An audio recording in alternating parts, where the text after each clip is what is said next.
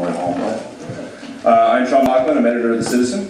I'm just here to welcome everybody here, welcome candidates, and introduce our moderator, Mark Royal. He's a pastor at Huron Chapel in Auburn, and he's a Blyth resident, and he's a good friend of mine. So, be nice to him. Be nice or what? Hey, thank you very much.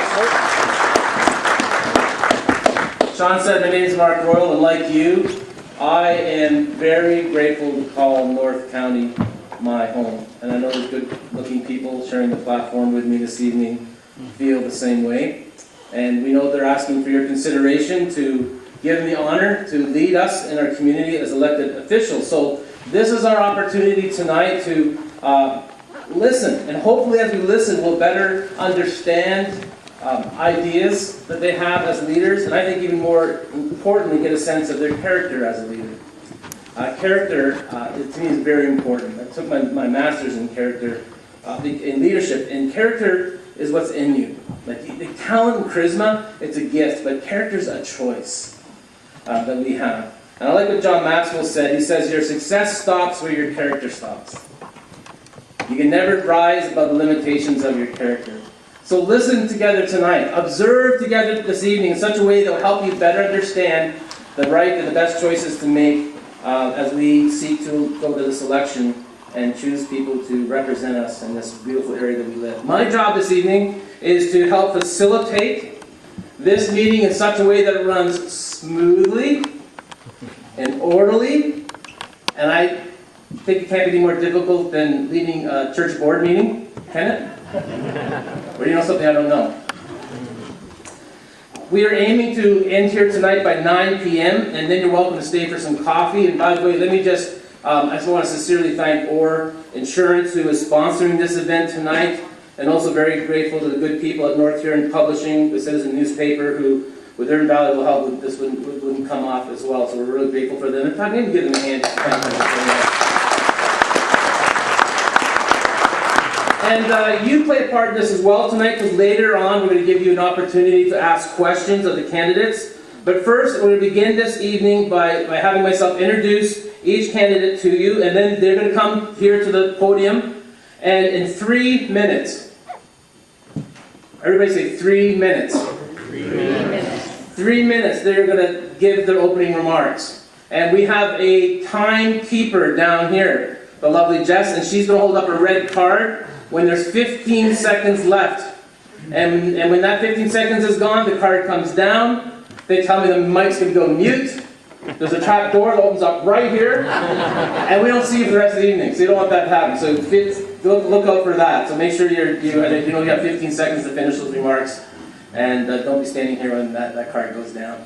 We're going to be going alphabetical order. And we're going to start with the election for Reeves. So I'm going to call and Bernie Bailey first to come and share his opening remarks with us this evening. Thank you. Good evening, everyone, and thank you for your time tonight. I learned much in life as a business owner through employment, volunteer work, as a son, a dad, and as a proud resident of a small community. I know that being positive, proactive, and a good listener makes a difference. Following through on everything is one of my strengths. I like things done. Not taking years and years of studies, conversations, and no action. Make decisions that can be implemented now to benefit North Huron in the future. This I am known for, getting things done to council. I thank the many North Huron residents for the numerous conversations on a variety of topics such as parkettes, the 1419 project, road conditions in East Wawanage, right to the new Josephine Street in Wingham. I want to have a long conversation with you tonight because there is so much to share, but I only have 3 minutes. So I have carefully selected a few points. One of the comments I hear quite often is this should have been done 5 years ago, 10 years ago, should have been done. Because North Huron has completed a strategic plan and an official plan, North Huron can now move to the heart of its biggest challenges. And here's what they are. First, the cost of running a vibrant, well-serviced municipality that is attractive to current residents and potential ones can cause elevated taxes if we're not careful. I have dedicated my time as councillor to scrutinizing the budget line by line, week by week, and asking a lot of tough questions, and this has made a difference. The rate of tax increase annually has been kept low. This is remarkable and should be noted. As Reeve, I will continue to watch over your budget, our budget, all the while knowing more financial cuts are coming from upper tier governments and headed our way, so we need to be prepared and wise. I firmly believe that we need to develop a solid plan to bring business and industry to North Huron. There are communities around us that I have visited and interviewed in an attempt to glean some of their ideas. I have learned that in order to stand out and be attractive to business, we need to have a developed business and industrial park and be open to customized agreements, shared spaces, and creative solutions. As Reeve, I will encourage council to move in this direction. Thirdly, we need to work with our neighboring councillors, in a respectful manner. I'm proud to say I've done this. It was not easy given the circumstances, but I know I had the positive attitude and I listened well, and this too made a difference. I will continue to do this. There is much to be done. It has been hard. It will continue to be. I get that. 5, 10, 15 years from now, people will say, Bernie Bailey is Reeve, they got it done. Thank you for your time, and I would appreciate and need your support. Thank you.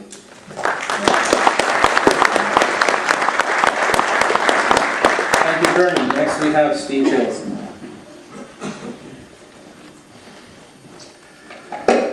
Good evening. I'm Reeve candidate Stephen Hill, and I would like the opportunity to serve the people of North Huron. If honored with the Reeve position, I will do it for free as stated in the blue flyer handed out the door. The flyer also lists several items I feel need to be addressed before our community can start moving forward.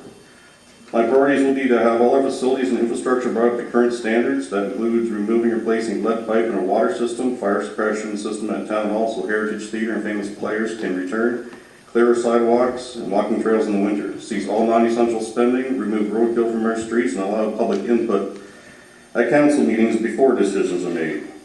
Switch to the free service of the Ombudsman and video record and archive all closed sessions as the Ombudsman recommends. If the people of North Huron entrust me with this position of Reeve, I will try to implement all the changes I've listed on my platform. It's on the back of that flyer handed out.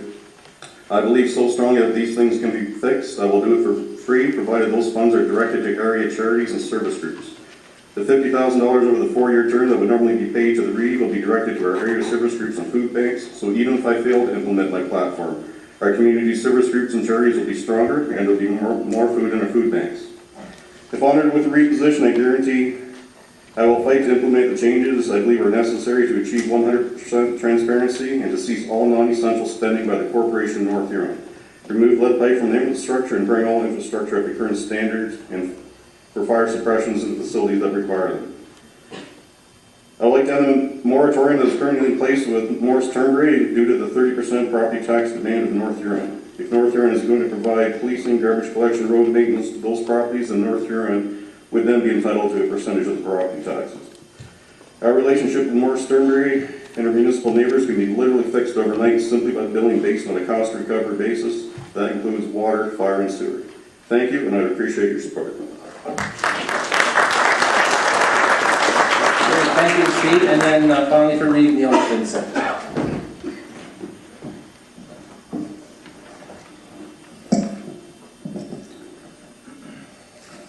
Service. It flows smoothly, almost effortlessly. Everything is nourished by it. Superior service has an ease about it.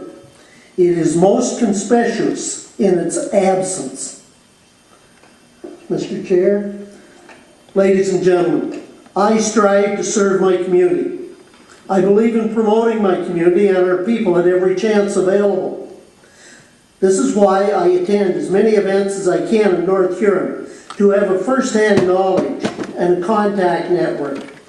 As a council, we have reason to be proud of our many accomplishments of the past term. Wingham Main Street rebuild, Town Hall upgrades, splash pad renewal, Wingham Trailer Park and Legion agreement, Reed Road landfill development plan, East Wawanosh getting its first tar and chip road, Blyth developing to accommodate ESTC students and the theatre crowd, Blyth well and water planning, and last but not least, the engineering for the Mill Street storm sewer project in Blyth. Thanks to my family for allowing me to be able to drop everything at home to respond immediately when needed for township business. The position of Reeve requires someone with a very understanding family, as the township will take priority ahead of personal family matters or business. All too often, this results in as much of a marriage to the township as to my wife. This job deserves to be treated with honor and respect, never embarrassing yourself or your municipality by words or actions that would reflect poorly on the township. True leadership is having all council working for the community, not just pushing my own ideas. I do not have a cottage at the lake, but I do have a farm at the river, so I'm always available when needed. My favorite Chinese proverb is, "He who throws dirt loses ground." This is why I try to stay positive, to encourage others as well as myself to sing the praises of where we live, work, and play.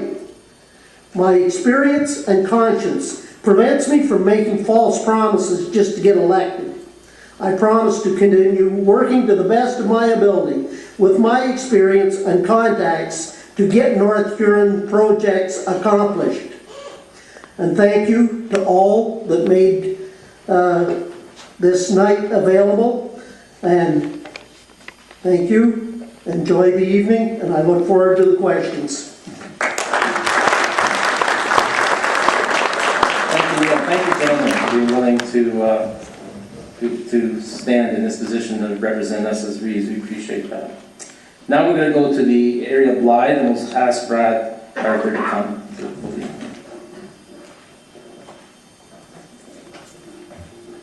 Good evening. Glad to see everybody here.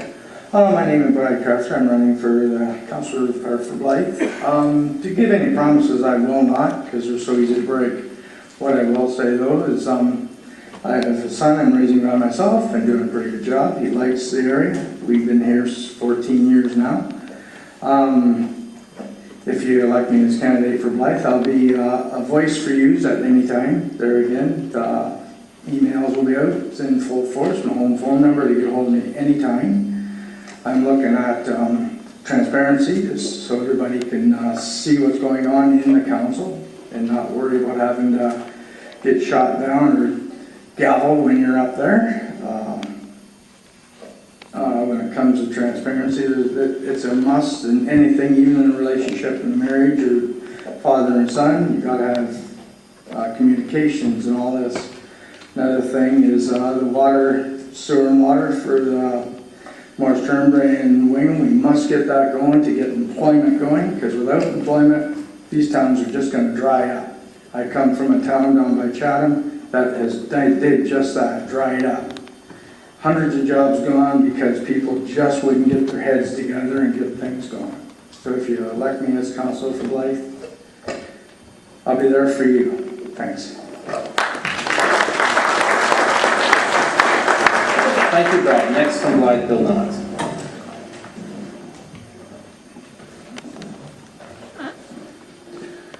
Good evening. I'm really very pleased to see everybody out here. It's good to understand that people still have an interest in their community.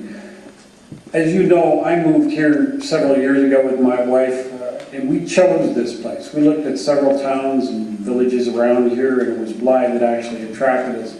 One of the reasons that I got involved over 5 years ago in this grand political scheme that we run was that I wanted to see this town succeed. And I've acquired some knowledge of what goes on in this town. There have been a great deal of things that have occurred over the last few years. Many of them have been driven by our private sector as opposed to our municipal sector. And that's going to be a very important thing as we go forward to make sure that the municipality supports those efforts. That's what's going to make this town strive to be as good as it can be in the future. All right? It's not just the municipality pumping money in here. It's the people, it's the volunteers, and those who get out every day and do what has to be done. We can cry about our potholes, and we do have them, no question. We're working on that. There have been strides made in the last year or so to purchase equipment and personnel changes so that we can get that taken care of. But it's the people that make this town, and it's those who live here who will push it forward. North Huron is an interesting place in that it actually has three very distinct areas. East Wawanach, which many of these people here represent today, is an area that's very rural and very farm-oriented. Whereas Blyth is a little bit different. We have a big cultural center that you're sitting in here tonight that's going to be renovated, and we're going to push that forward. We have Wingham, which again is a different area. Those are all things that come together to make that little mosaic and give us the culture that we have. When we talk about buzzwords like economic development, we have to be careful that we don't try and pursue something that doesn't exist. We're not going to attract another Westcast in the near future, and we need to promote economic development today. The way we're going to do that is by taking a good hard look, not studies. We've spent enough money on studies that have resulted in nothing but mounds of paper and unaffordable things that we cannot do, but a good hard look at what do we offer to the world. What is that? That's our mosaic. That's our character. That's our lifestyle. That's what we have to promote to the outside world. And we can do that as a group. I think there are some very good candidates sitting here at the tables today that you can vote for. But I think that we all have to take a very serious look and decide who it is we want to represent us. We have outside people, we have people from different areas. Yes, you can run in different boards, you can do whatever you want to do. But in the end result, who's actually going to stand up for you? I've been standing up here for pretty much the last 5 years trying to help and push things, point out things. And as we go forward, I want to see those things succeed. I want to see us succeed. And I thank all of you for participating tonight. Thank you.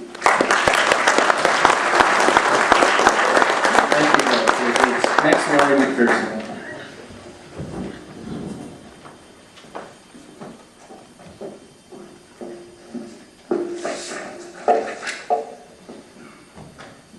Good evening. I'd like to thank everybody for coming out tonight.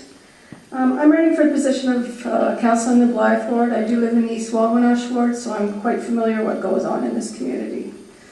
I believe my 25 years of legal experience would be a strong asset to the township. I'm a member of the Ontario Landowners Association and the Ontario Federation of Agriculture. If elected, I want to be able to give Blyth a voice. I don't think people speak up. You get put down if you open your mouth, and people frown on that. Everybody in North Huron has a voice. You should be able to come to a council meeting and have your say. What's the sense of you speaking after all the business is taken care of, all the bylaws are passed? There's not a point speaking at the end of the meeting. We need to open the question period while the business is taking place. The township of North Huron needs to be open for business. I made a comment at the Wingham meeting last week that we're a ghost town. We are becoming a ghost town. Statistics show the population in this area is dwindling. We need business. We need to keep our kids here. They need to come back. We need to find jobs. We're going to become a ghost town. My opinion. We live in Canada. It's called freedom of speech. I've been trying to bring an operation to this area for some time now, and it's a lot of red tape. Why is that? Why don't we open our arms to anybody that wants to do anything in this area? I feel this spending in North Huron is out of control. It needs to stop. We need to curb our spending. We're just like a household. If you can't afford it, don't buy it. We need to look at all the departments one at a time and find ways to save. Every little bit makes a difference. Whether it's $500 here or $1,000 there, it's all going to add up in the long run. North Huron also needs to be accountable for all of their actions. I'm a firm believer in the code of conduct. It needs to be created, and council and staff needs to be held to the highest standards. Thanks for coming out tonight, and I'd appreciate your support.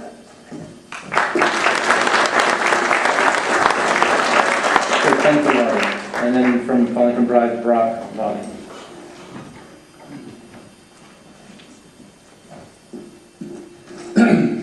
Good evening, ladies and gentlemen. I'm honored to have served on North Huron Council for the past 5 years, and I'm looking forward to another 4 years if you will give me your support. I'd like to present 6 brief statements to challenge what some of the other candidates have been saying throughout this campaign. I'm going to read them because I want to get through all 6 before I get the hook and pull off the stage. Number 1, spending in North Huron is not out of control. North Huron departments do not overspend their budget allotment. They are not allowed to do this. We have received no requests from citizens to stop any services or complaints about unnecessary expenditures. Number 2, reviewing the budget line by line is not a new idea. Not only the Reeve, but the council, every member of council, always goes through the budget line by line, not once, but many times throughout the process of developing a budget. And this takes place over several months every year. That's how it's done. Number 3, North Huron is not a dying community. Dying communities do not have a Threshers Reunion, a professional theater, a main street with only one vacant store. Their citizens don't start multi-million-dollar projects based on donations and volunteer efforts.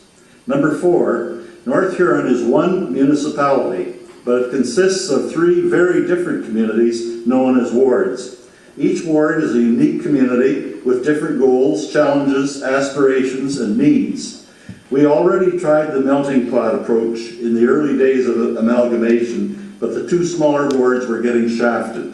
The previous North Huron Council did absolutely nothing to support the retention of our school. We need Blyth and East Wallinash representation on this council, for sure. Number 5, North Huron Council holds in-camera sessions only when necessary.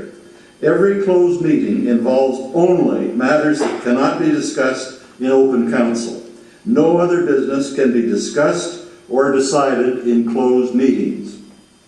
Number 6, Code of Conduct for Council.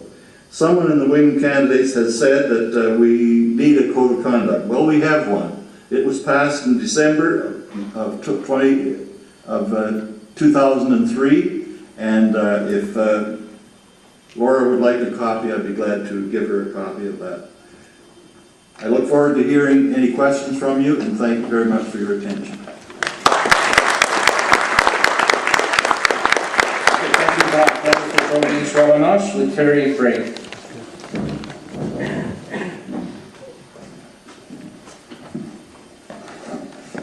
Well, it's got a bit of cold, so excuse me. My name is Terry Brake, and I live in Wallinash for about 5 years now, and I'm a member and director of the Landowners Association. I believe I'm running for 2 main reasons: jobs.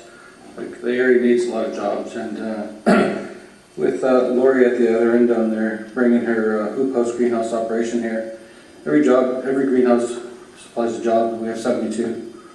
That's 72 jobs that's being denied as of right now because of all the red tape that's going on in here.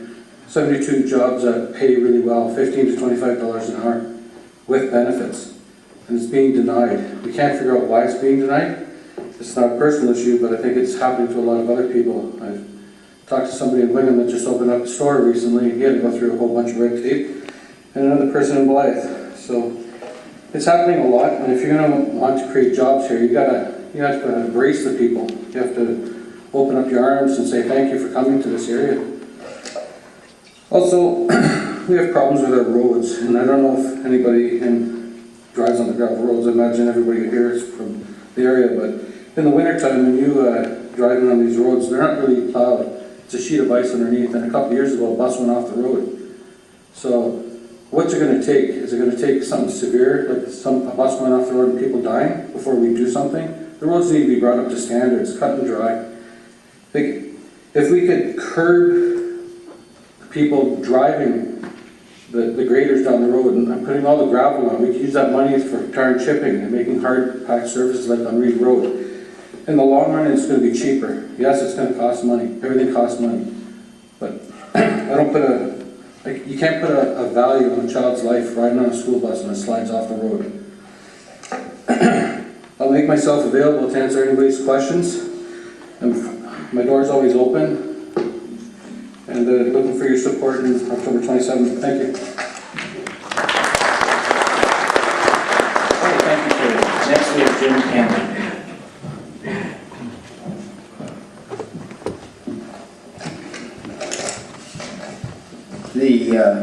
Thank you, fellow candidates, for making this an effort tonight to be here and to share your concerns and for what you have for us.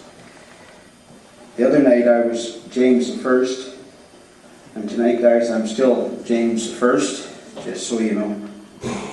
I've been a township resident for 65 years. My wife was one of the most patient people I know. We are the fourth generations on our farm. We have 3 grown children, 7 grandchildren. I've been on council for 20 years now. I've learned a lot, and I hope I can still learn more. Presently, I sit on Bateman Valley in the Wingham Tree Service Board. I have been a strong voice for the rural area in which I am a part of. Economic development is one of the primary issues the township, whether rural or urban. We all need to work together to make this happen. We need to work with our neighbors better than we've ever done before, because we need them also. Roads are a big concern in the rural area. We've done a test road. I don't know whether Kelly would agree that this is a test road or not, but it is standing up real well. While out campaigning, I've had lots of compliments on the first road that we have tarred and chipped. I've drove it a few times myself, and it looks good. I will try to be a strong voice for you. My phone is always ready. My door is always open. I believe my many years' experience speak for themselves. I would appreciate your vote and your support. Thank you very much for coming. Thank you, Jim. Next we have Ray Callahan.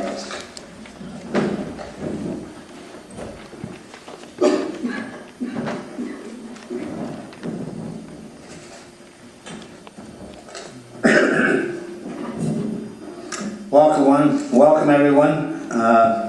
As Pastor said, my name is Ray Hallahan, and I think I know most of you. But the ones I haven't met, I'll try to meet in the next short while. I've been a resident of North Huron all my life and very interested in this community. I've been involved in farming, working off the farm for the county of Huron, and ran a small construction company. Serving a term on council a number of years ago, I returned to serve you on the present council. Being a volunteer in the Huron Pioneer Thrashers for 53 years has made me involved with several service clubs and church groups. Although I feel council has touched on some issues, there is still a lot more to be done. As a representative of the East Wabash Ward, taxes is an ongoing challenge. Good roads are essential, whether it be for agriculture, working elsewhere, or a resident. The hardtop surface program started this year, I feel must be continued, and the residents deserve it. And I feel as though I was one that initiated this project. The loose top maintenance road must be maintained both winter and summer. Economic development for all of North Huron is another big issue. Keeping our little landfill open on Moncrief Road, at least for the summer months, it should be provided as we pay insurance and engineering whether it is open or closed.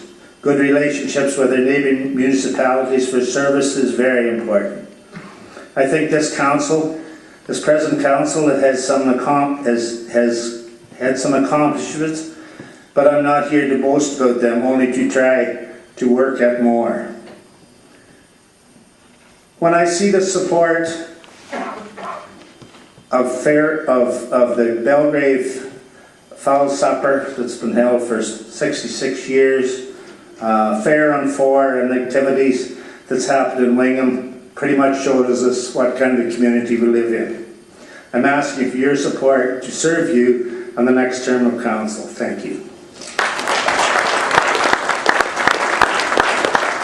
Thank you so much, Ray. Next we have Jim Haley. Come and speak.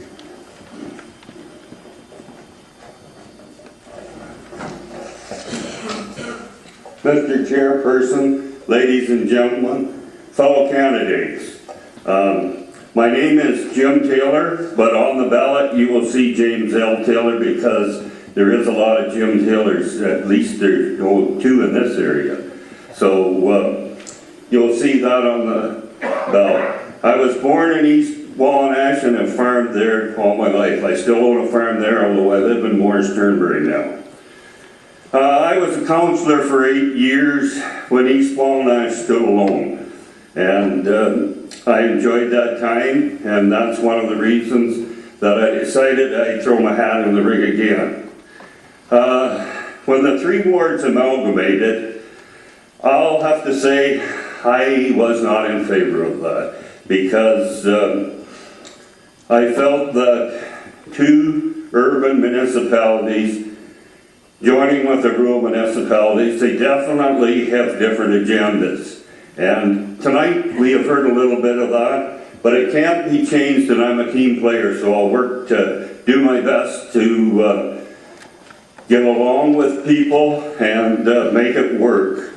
I'd like to speak on agriculture a little bit. I just heard on the radio today it's the biggest industry in Ontario.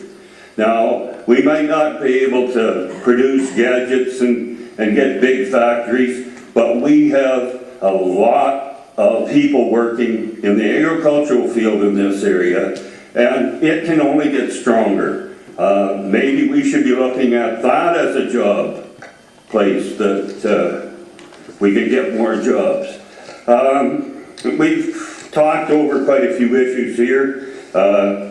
Taxes, it's always a problem to have them fair. I'm a little bit afraid with the increase in land values that we'll see more burden put on land as it increases. If the assessment goes up and the mill rate is not changed to account for that, I'm afraid that might be a bad blow for agriculture. We've talked about roads. We definitely need roads, and we do need it improved. Farmers need good roads, and like one councillor said, we have buses. We went to education, central education, and we have to bus those kids on these roads. So we definitely have to have those maintained and kept up to standards. Fire and police protection. All these things, we have to have them, and they're going to cost money. I'm asking for your support. Thank you. Thank you very much, Tim, and I'll have a comment. Good evening, everyone. When you take public speaking courses, they tell you should make eye contact with the audience, but I can't see anything up there, so much for that great advice. My name is Tim Walden, and most of you either know me or my family name, as my family's lived in this community for well over 100 years. My volunteerism in the community has included 15 years coaching minor ball in Blyth. In fact, in 1 year I coached 2 teams in Blyth and also assisted with a team in Belgrave. I wouldn't recommend that. Coaching 3 teams, that is not the Belgrave thing. As well, I've been coaching minor hockey for 8, this could be the 9th year I'm losing track. I'm also a recent member of the Belgrave Kinsman Club. I feel that my past work experience, the 15 years I've spent at the region of Waterloo, would benefit the council and the township as well. In that work, over the last 15 years, I've supported the different departments at the region, including engineering, planning, police services, emergency management, public health, social services, to select applications and vendors to improve business processes. Why am I running? A couple of things are to help control tax increase by ensuring prioritized capital spending. I would also like to help build a viable economic plan. If we don't try to attract jobs or keep jobs that are already here, there will be no point for our younger generations to stay here, and as I think it was Lori said, our town will just keep getting smaller and smaller and eventually die. I'm not just running to represent the citizens of East Wawanosh. I'm running to build a stronger bond between the 3 wards. I'm running to build a stronger relationship between our neighboring municipalities. I'm running to build a stronger community. Thanks.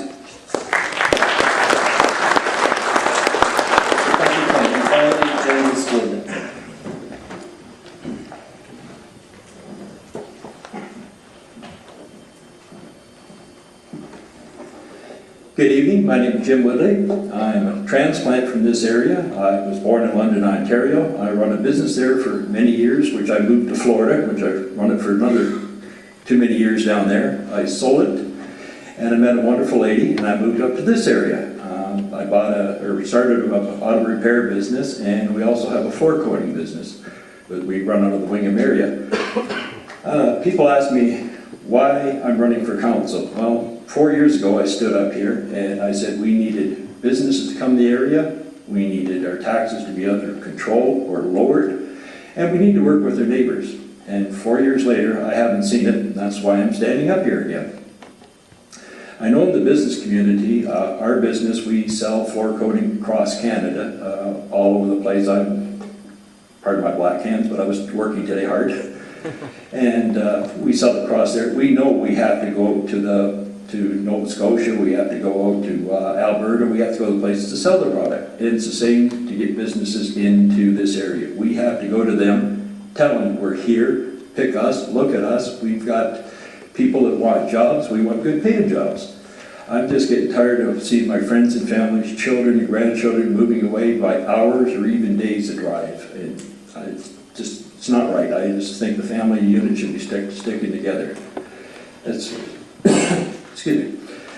So pretty well, that's why I'm up here. I want to see our taxes lowered. I see my taxes going up and up and up and up, and I sit there and wonder when it's going to quit. I just can't afford it. Also, every day we see in our business, we see people coming in crying for jobs. They want a job, they want to work, and I just feel so bad that I can't tell them. And also, I want to work with our neighbors because if we're all in this thing together. We need to have them as much as they need us so we can develop this area.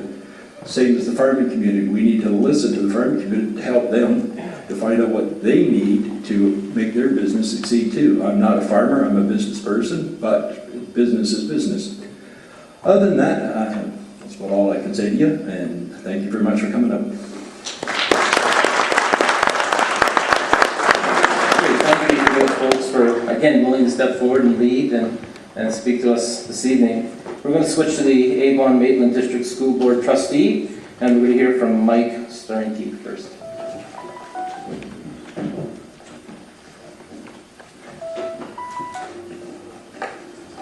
Ladies and gentlemen, fellow candidates and Mr. Moderator, I'm not a novice to the education process.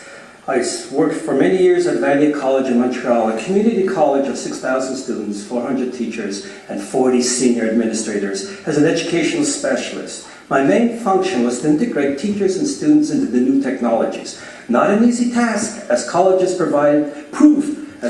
teachers proved to be an independent lot. Constant talks, meetings, workshops, and budgets, persuasion and tact were necessary but not always successful. From the chalkboard to the smartboard, from the typewriter to the computer, from the projector to the TV screen to the internet, it was a never-ending task to keep up with the ever-changing innovations in technology. The learning curve was Himalayan.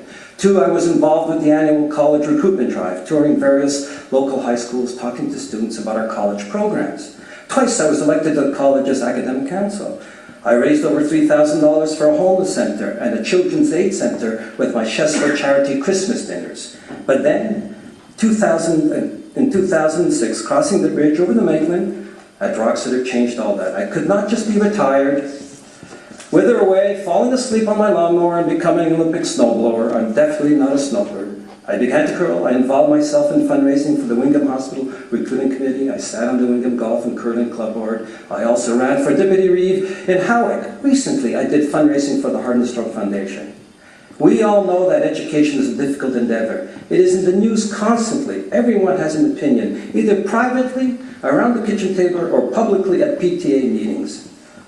But I believe that it is with your school trustee and the community that local education issues can be raised and resolved. It is with your school trustee and the teachers that we can continue the drive towards excellence for all our students. It is with your school trustee and the Ministry of Education that we can maintain the integrity of the educational system. In conclusion, we have to prepare our kids not only for core education, but to provide them with the skills and the confidence to deal with the ever-changing world. Therefore, I ask for your support to be your school trustee for North Huron, Morris Turbury, and Howick. Thank you.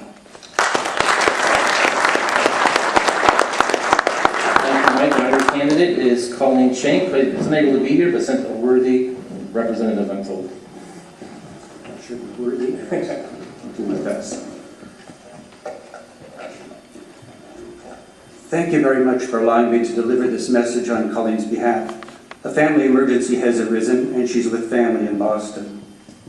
Colleen is very honored to serve as your school trustee, and she has asked me to deliver her sincere regrets that she cannot be here this evening.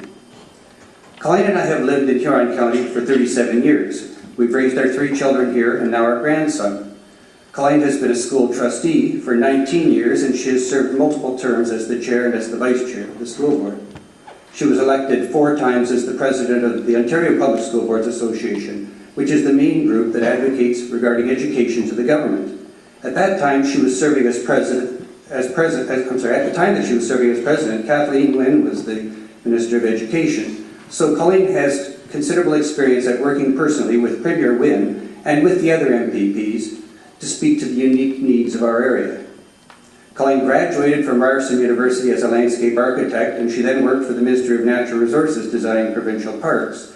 She's a very community-minded person. She was a founding director of MAD Huron Bruce, of Habitat for Humanity Huron County, and she served as a director of Huron Employment Liaison, the Wingham Planning Advisory Committee, the Figure Skating Club, and the Foundation for Enriching Education. In Colleen's own words, "It is an honor to serve you as school trustee. I take great pride in representing you on the Avon-Maitland District School Board and in working collaboratively with my board colleagues and our excellent staff to ensure that students are getting a world-class education. It has also been my privilege to ensure that our unique concerns are taken into account at the provincial level through the Ontario Public School Boards Association. Over the past years, we have faced some substantial challenges, including declining enrollment, the changing needs of the workforce, and tight budgets. Fortunately, we've been up to the challenge, and I am proud of what we have accomplished. A new state-of-the-art elementary school that provides an improved environment for learning and an enhanced range of opportunities, full-day early learning, specialist high-skills majors to enhance pathways to the trades, and balanced budgets without sacrificing prior programming. Those of you that know me know that I am a proud part of this community, both inside and outside our schools. I regularly attend school committee meetings, fundraisers, graduations, and other events. My own 3 children are products of our system, and my grandson is on his way. Please feel free to call me or email me. My door is always open, and I ask for your support once again this year. It is all about the kids. I would say that I have observed as a husband that Colleen has worked towards 2 principles in all that she has done. The one is that she has always worked towards an education system that tries to provide special education for every child by trying to recognize and satisfy each student's individual strengths and needs, be it support, enrichment, trades, or whatever. The other is never to forget that it is all about the kids.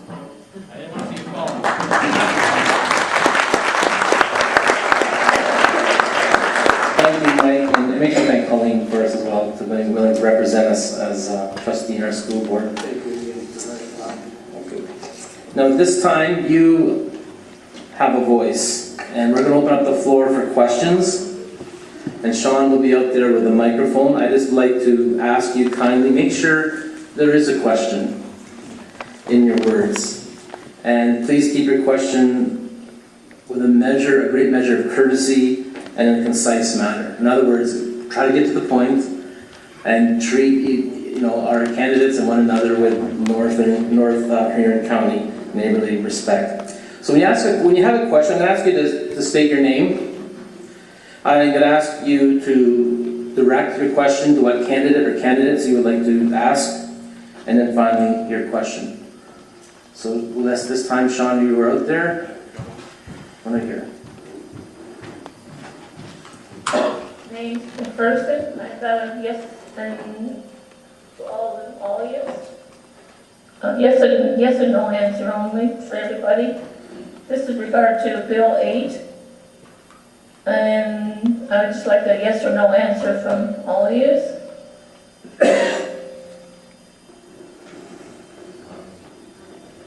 Do you have? Don't understand the question. Okay, this is Bill 8. Catherine, when reintroduced the bill in July. Maybe Steve Hill might know about it, I'm not sure. About transparency. Pardon?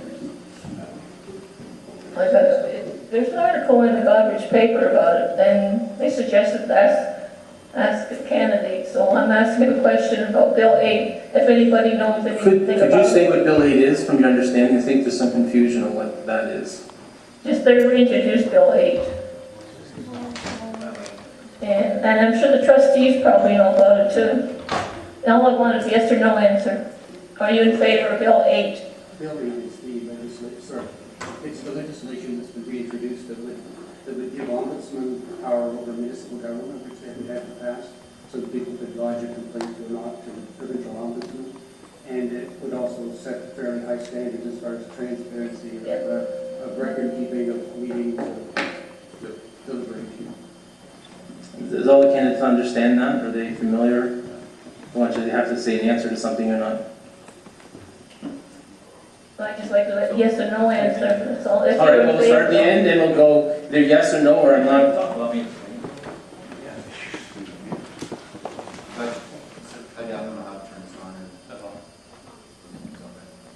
So I think what you're talking about is the bill that was passed to improve transparency of government, to make more government created data available to citizens in general.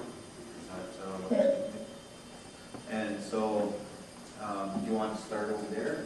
Well, we can start, if you're talking down this end, we can start beside you there and we'll just go through. Do you agree with it, yes or no? Well, in my experience at the region, I was part of a team that created policies for an open data initiative. And so what this is making data or information that the government gathers and creates available to the public. And this is a large movement across all municipalities and form of government across. Well, why don't we start with James then, down, and just you can give your answer and we'll answer the question the way you asked. Are you in favor, yes or no, to everybody? Oh, so do we support it? Yeah. Yes or no? Yes, yes. Yes, for me too. Okay. Yes, transparency. Yes. Yes. Sure.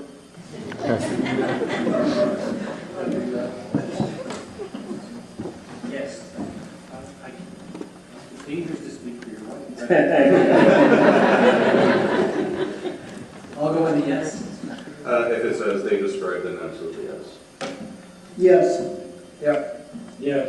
Yes. Yes, with severe reservations. Okay, thank you very much for your question. Next person. Any more questions?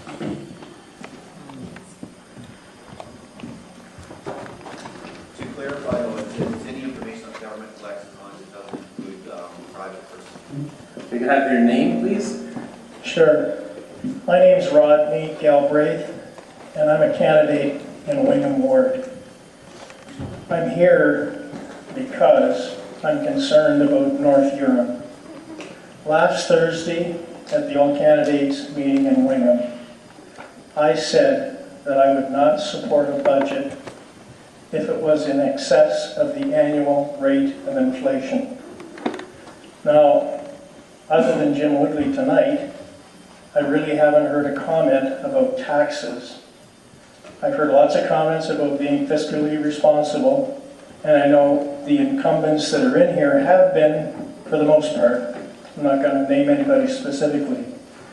I would really like to hear from the candidates, all of the candidates. I'm going to exclude the school board trustee candidates on this question. When you say you're going to be fiscally responsible for the taxpayers' money, that's everybody here, could you be a little more specific, please, and tell the people exactly what you mean by that? So your question is, who's it directed to? Everybody? School, it's up to the school board. Yeah, I direct it to everybody with the exception of the school trustee. Repeat the question part just one more time, please. We're talking about taxes. Right, the question when it comes to... Yeah, with regards to a budget, when you approve a budget, you're saying that you're going to be fiscally responsible. Well, I mean, I could go $10 million over the proposed budget and still justify myself as being fiscally responsible. Okay, so you want to... Could you be specific and tell the taxpayers what you mean by being Okay, financially responsible with taxpayers' money. all right, who would like to?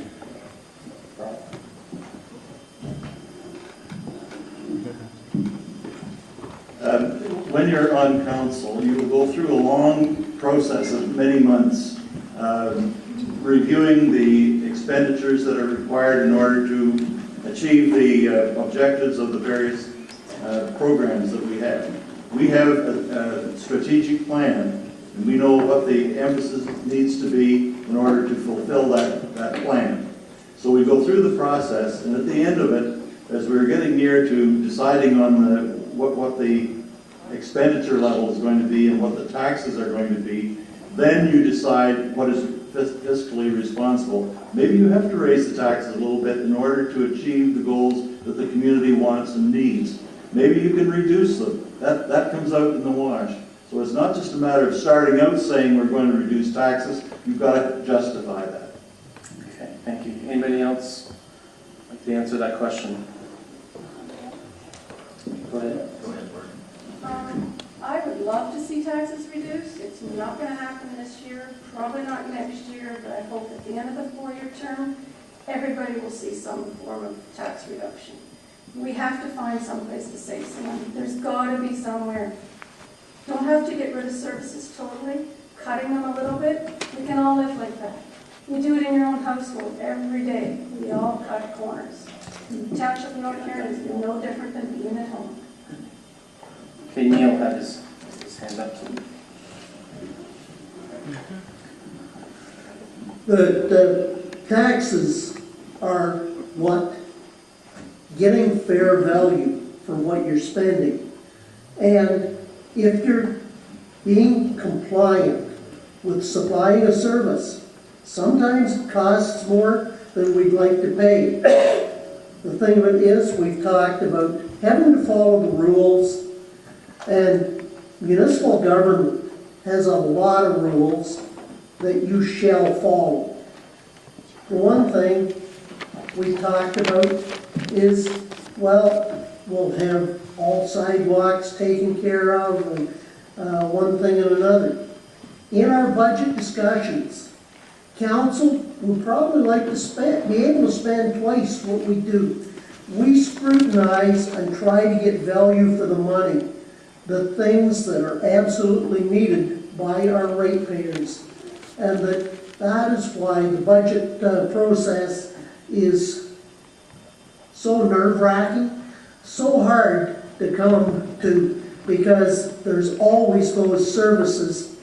Well, I can maybe do without this, but my next door neighbor maybe can't. So that as a councillor or head of council, you take what you believe is the bigger good for the municipality and you vote for it. We all pay taxes. We'd love to get away with less, but it's a reality that I live with. And Bernie is going to address this question. Yeah, I think it's very hard for anybody to say that, to be honest with you, that you're not going to raise taxes or you're going to do this and this before you see a budget. Every budget is different. Every year there are different things that come up. Things that you can do to hold the budget in line is not to allow fires to corrupt or become. Don't go over budget on any item at all. That's the reason to put a budget together. It's going to cost X amount for this and this and this. When you come into me 6 months after your budget's made and say, this and this and this happened, we got to spend all this money, I go, no. You made your budget. You knew that was going to happen. There's no such thing as fires unless there's really a fire and a place burns down. So in all fairness to everybody, it's what you folks want and what we can deliver based on the money we have to do it with. But in reality, every budget has to be scrutinized, scrubbed as they say, and where can we go with it? And that's just the way it's going to be. Okay, take Tim. Sure, so control tax increase by prioritizing capital spending. I'm a new kid on the block, so I'm not going to comment on how money was spent in the past. I'm not aware really of how those decisions were brought about. But what I would like to see is any kind of projects or capital expenditures prioritized. So just because one board got 1 or 2 projects this year doesn't mean all the other 2 boards get 1 or 2. We have to prioritize with what limited budget we have. And also replacing old processes with technology where possible. I see this every day in the job that I do, where people save time and money. Okay, thank you. Thank you for your question. Okay, we'll have one more. Okay. I just want to say that I'm not going to accuse anybody of having overspent on their budgets necessarily, and it is a very long, difficult process. I've watched it several times unfold. You are not going to reduce taxes overnight. Some of the initiatives like road resurfacing and so on are aimed at the long-term idea of reducing costs. Unfortunately, there's going to be a bubble in some cases initially where we're going to have to spend money that maybe we don't want to, but we have to get it done today. It won't get any cheaper 5 years from now or 10 years from now. So the biggest issue will be trying to find those places where we can get government grants if they do exist, or any sorts of funding outside of taxation. But I'm not going to say that the council in the past has necessarily done a bad job. We just have to do a better job, and perhaps those priority issues that we've talked about, or other people have mentioned, we've got to really look hard at those and decide whether they truly are priorities. Okay, Steve will finish this question for us. I don't know if taxes can be lowered. It's doubtful, but I'd like to see a tax freeze. I'd like to see all non-essential spending stopped. We don't need pipe bumper stickers, vanity pens, extra toys for town staff. And we need to start comparing our municipal performance measurement program results with the surrounding areas. Our winter road maintenance and parks numbers are double to triple most of the surrounding areas, and we need to look at why that is. I think the tar and chipping that's been mentioned may be able to help bring those road costs down. But until we get numbers on which is more efficient, whether gravel is cheaper or tar and chipping is cheaper, can't really make that decision. All right, how many of you concerned about the budget? It's a good question. Good, thank you. That was a good question. Next question.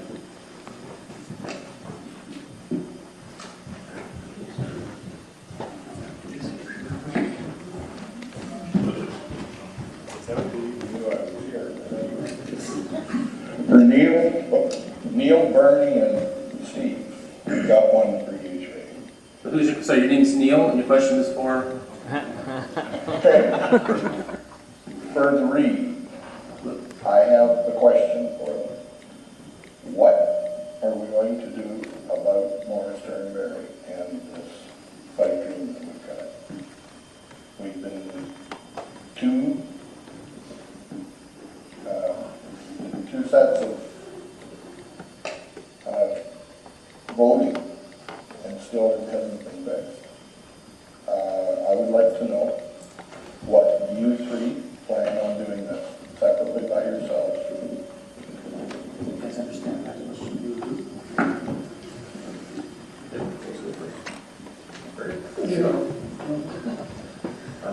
Let's start with Neil. Yeah, he may not look first. That earnest look in his eye. I'm going to let him. But if we're talking about cross-border servicing, is that what you're talking about? Yeah, that's what I'm talking about. That a number of candidates in neighboring municipalities have made comments that I believe are irresponsible, but I'm not going to call them during a campaign. I'm going to let them have that. But 3 weeks from now, I will have a letter to the editor in the local papers explaining the facilitator's report between ourselves and Morris Turnberry, where North Huron has made overtures to try and have understanding and move forward. It will come out in the wash there, and that there's precedent set that a couple of municipalities say, well, they're not going to pay any more than the operational costs that are billed on a monthly basis. They're not going to put any municipal money into it. Well, that's their choice. The elected council will have a choice whether we provide any services to them. The thought of going to a legal ramification, at the facilitators report, the legal ramifications were stated. I will maybe leave it at that for now. That the thing of it is, one of the problems with our taxes is the number of services we supply free of charge to our neighbors. I'll leave it at that. Thank you. Thank you. Steve, did you want to? Sure, I think we should, with Morris Turnberry, we should bill for water, fire, and sewer on a constant covered basis. Water, obviously, on a metered basis. If we're not providing any extra services to these properties other than a pipe in and pipe out for water and sewer, we're only entitled to cost recovery in that, in my opinion. If we're not providing any other services like maintaining their roads, policing, picking up garbage, I don't think we're entitled to the 30% that North Huron Council is currently demanding from our neighbors. Okay, Bernie. I think the first meeting we had with Morris Turnberry, as two councils together, was so bad. Al McCon, councillor from Wingham, got up and walked out of the meeting. It was so bad. The last meeting that we had with Morris Turnberry was Neil Vincent, Bernie Bailey, Neil Warwick, and Paul Gallen. And we shook hands as gentlemen. We have come a long way. Paul turned to me and said to me, this is the way business should be handled, not in the paper. Unfortunately, we both have to go back to our councils and discuss our agreements. I cannot give Morris Turnberry anything that North Huron has paid for. We have to pay for the lagoon, we had to pay for the water tower. If you're paying for it, they're going to pay for it, or they don't need it. I'll end with, we have 400 acres in Morris Turnberry that North Huron pays taxes on, and Morris Turnberry won't let us build on, and even if we did, we don't get a cent of taxes. We have got thousands of acres over in East Walnut, which is our area. We can build just as easily there. The pipe costs the same amount to run. We don't need to fight anymore. They can either make an agreement with us and move along, and should, and at the same time, we need to move forward. This 10, 15-year-old fight's done as far as I'm concerned. We can move forward, as Neil and I have spoken with them, both of us, and we have come a long way. And I give Neil his due diligence and his credit for being there too and doing that. So that's the way that we need to move. Good, thank you. It sounds like an important topic, so thank you for that good question. Next question. I want to make sure you give everybody an opportunity.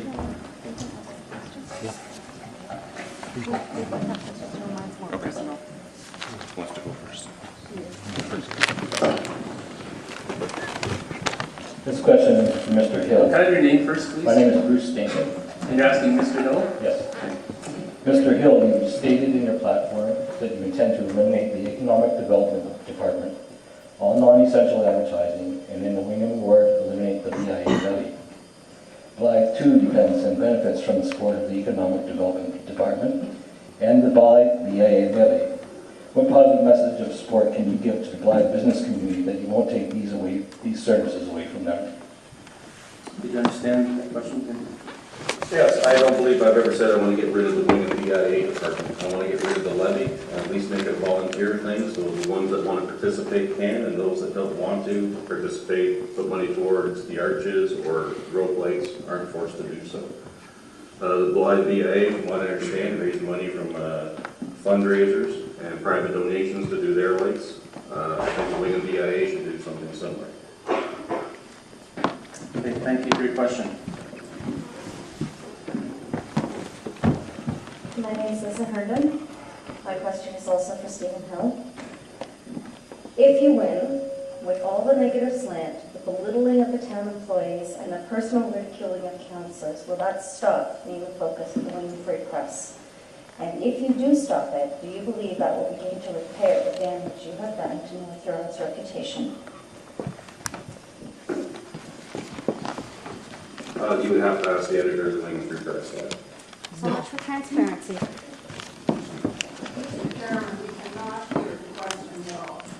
You can't hear the questions from the people out in the... No, and the people on the street are not hearing that. Okay, how many are having trouble hearing, just so we know? Okay, so we'll make sure we have people speak clearly, make sure that the microphones, thank you for bringing that to our attention. Next question. So we'll get you to speak clearly, sir. name is Jim Snyder. I would like to congratulate all the candidates on taking a stand for what they believe in is important in making North Huron a better place for all of us. It is known North Huron is economically challenged. Street talk has it, some town hall employees' salaries are a runaway train compared to the private sector. My question to all candidates, excluding school trustees, how do you propose to address this issue and bring them back in line with the private sector and the real world? So your questions regarding the salaries of town employees. So maybe since we're all candidates, if you just want to raise your hand, you want to answer that? Okay, please go ahead. Terry. And speak, I also have to speak clearly and have trouble hearing, so thank you. I believe that a wage freeze over the next 4 years, and a permanent wage freeze, and I think every department needs to be put under a microscope. There's money to be saved, and we just went through one of the worst recessions, and they actually got a raise. Most of you people, like a lot of people, lost their jobs, and they got a raise out of it. So I think what has to happen is a wage freeze, and then go by sector, like how much does this person make? Like, say a road guy gets $80,000 a year here, but Morris Turnberry is only getting $70,000. Why is he getting more here versus that area? And the benefits have to be looked at also. It's our money. We're paying the taxes for these people to work. They shouldn't be glorified and charge up and get all this money and then get raises on top of it every term they get a raise. So that's the way I feel, and I think that's the way it should be looked at, department by department, and a total wage freeze. Anybody else? Brock. When we review the salaries of our employees, we do comparisons with other municipalities that are approximately the same size as ours. A few years ago, we were in a situation where our salaries were so low that we couldn't even get qualified people to apply. In one other case, we had several people applied for the job, but when they got there, they found out that their salary was already at the maximum of what this job that they were vying for. So unless we're competitive, we're not going to have the people who can do the work. Fortunately, we have raised some salaries, and we're now more or less competitive, but we're only in the middle of the road. We are not out there way ahead of everybody else.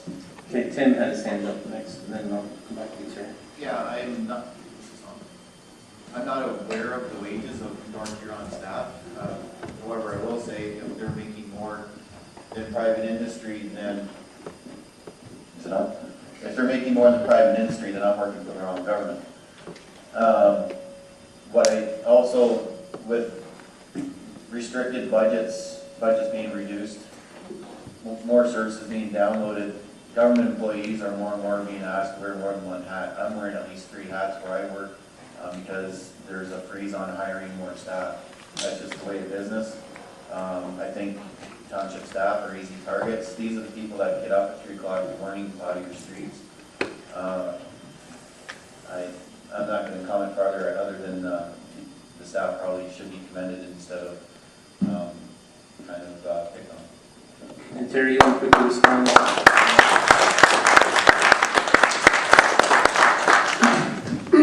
I get what Brock is saying about comparative with other townships and everything else, but this is a huge township with a population of under 5,000 people. Our land cost here is a lot cheaper than in other areas. When you take our cost of living here, is a little cheaper than somewhere else. So you got to put that factor into it.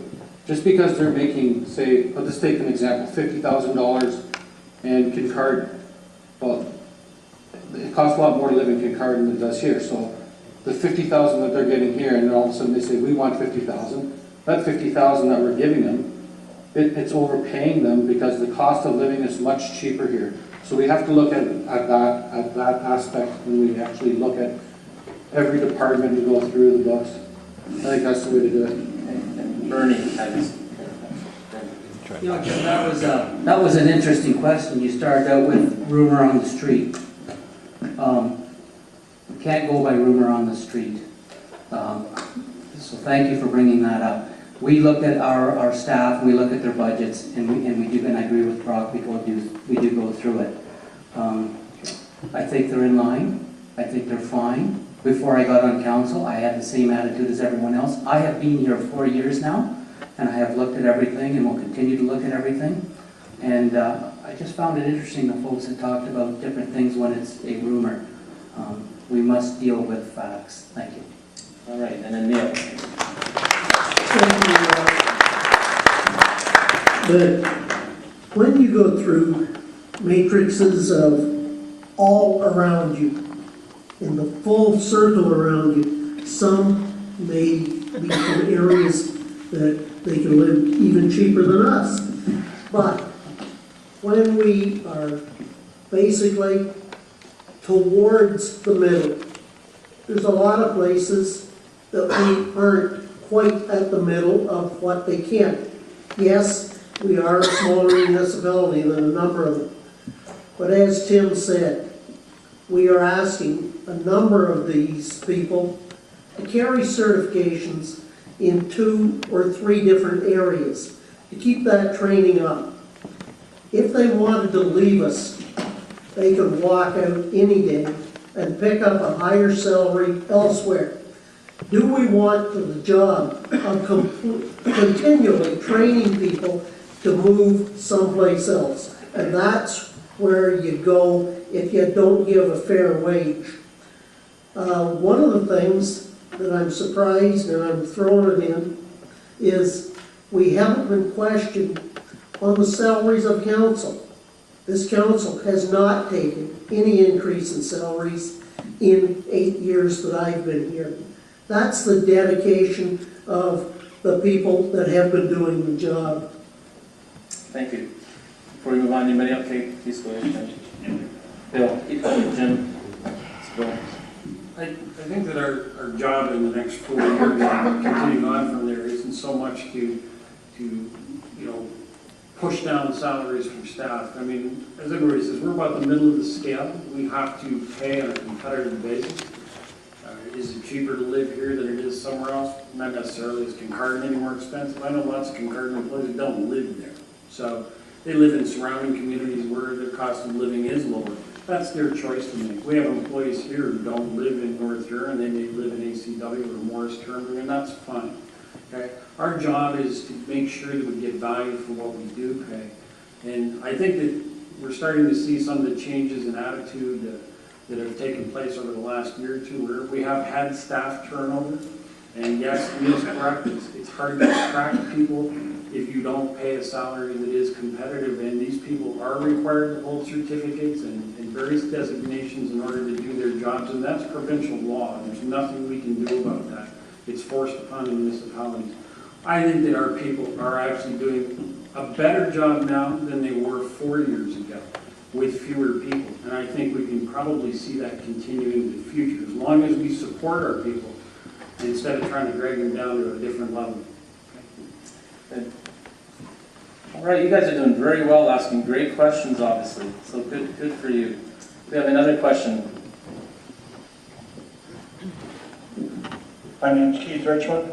This is for Lori and Brad. Seeing as you are running in the Blyth ward, and neither one of you live here, what interest have you got in Blyth? Are you not more interested in Wingham and East Wanner's than Blyth? I'd like to answer that first, Lori or Brad. We're all supposed to be one ward. We're all here together. We're supposed to work together. You have something you want to dealt with at council? Let me know.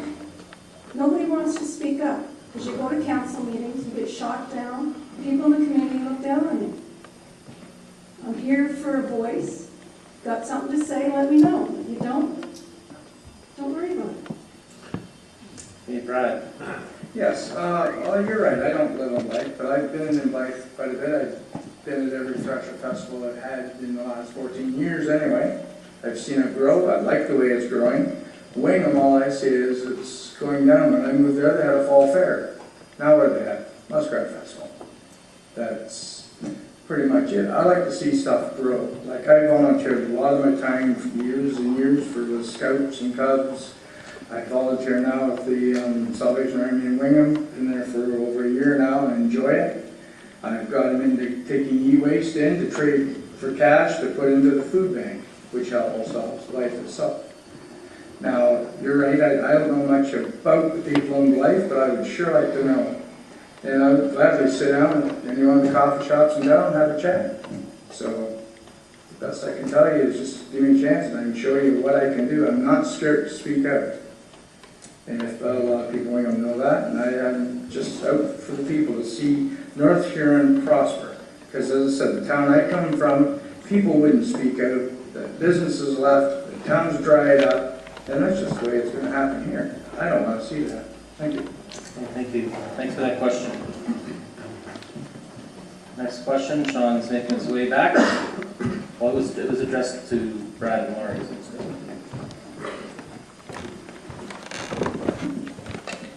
Yes, my question is for... What's your name first, please? I'm Robert Harth. I'm running for North Huron. And my question is, drawing industry and new business to North Huron, what is the formula? And do you believe that social media is a help or a hindrance to that? So your question is addressed to, again, sorry? It's addressed to open panel. So, and your question is regarding is social media a help or a hindrance? To drawing in new industry. New industry. And what may be the formula. Okay, so I'll go by show of hands again. I'll get Neil over here first. Thank you. And yes, it is both. It's both a help in letting information out, but if the wrong message goes out, it's a very big hindrance. I know of certain messages that have went out that have driven business away from North Huron in this past term of council.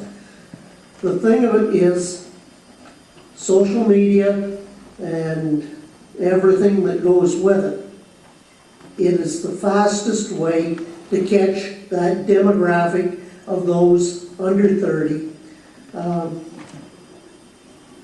I'm not sure exactly how many of those are entrepreneurs enough to be able to move into an ownership position, but there will be some, and I know that there's some businesses that social media is a quicker way of them moving through their needs for what they want.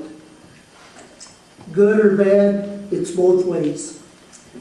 Like, we'll give you a chance, Jim, and then we can have a stand up. Jim, go ahead. I don't know, is this mic working? I'm coming. It doesn't matter. Can you hear me? Oh, yeah. You can hear me anyway. Probably you won't want to hear me. As far as industry goes in Ontario right now, it's going to be tough. The price of hydro is going up, and the fuel is up. It's maybe dropped a wee bit, and we're quite a piece from the 401. I can't really see big industry setting up in this area. I hope I'm wrong, but that's just the way I feel, and I think we got to look elsewhere. As far as producing products, the foundry in Wingham's having a hard time right now. Layoffs and one thing and another. All manufacturing is going to be really tough in Ontario. That's the way I see it, and so I think we've got to start looking at something else. We're not going to get it there. That's my opinion. Okay, and Tim or Jim, you had your hand up? Jim? Well, I guess I was just going to comment to the wider technology question of technology. So you say social media, that can be utilized to attract business here. If you look at a couple great examples in the wider community, so in Wingham itself, there's one of the leading edge GIS consulting firms, Huron Geomatics. These people do consulting work from Bruce Peninsula down to the GTA. Well, in fact, they've even done consulting work at BC. So in today's world with the internet and whatnot, you don't need to be located in Toronto. We need to attract people here because this is a great place to raise a family. As somebody mentioned earlier, cost of living is slightly cheaper, so why not move here? and earn the same amount of money and spend a little less for housing, food and gas, those cost the same. But another example is, I can't remember the company's name in Brussels, but the recent acquisition not too long ago, they became I believe they're the world's largest icon developer. If you're not sure what I'm talking about, they make icons to go on web pages and things like that. And so that's right in Brussels. So high-tech industry is here, and hopefully we can attract more business like that.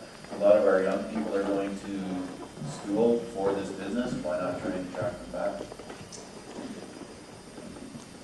Yeah, to answer the question there, you're saying about the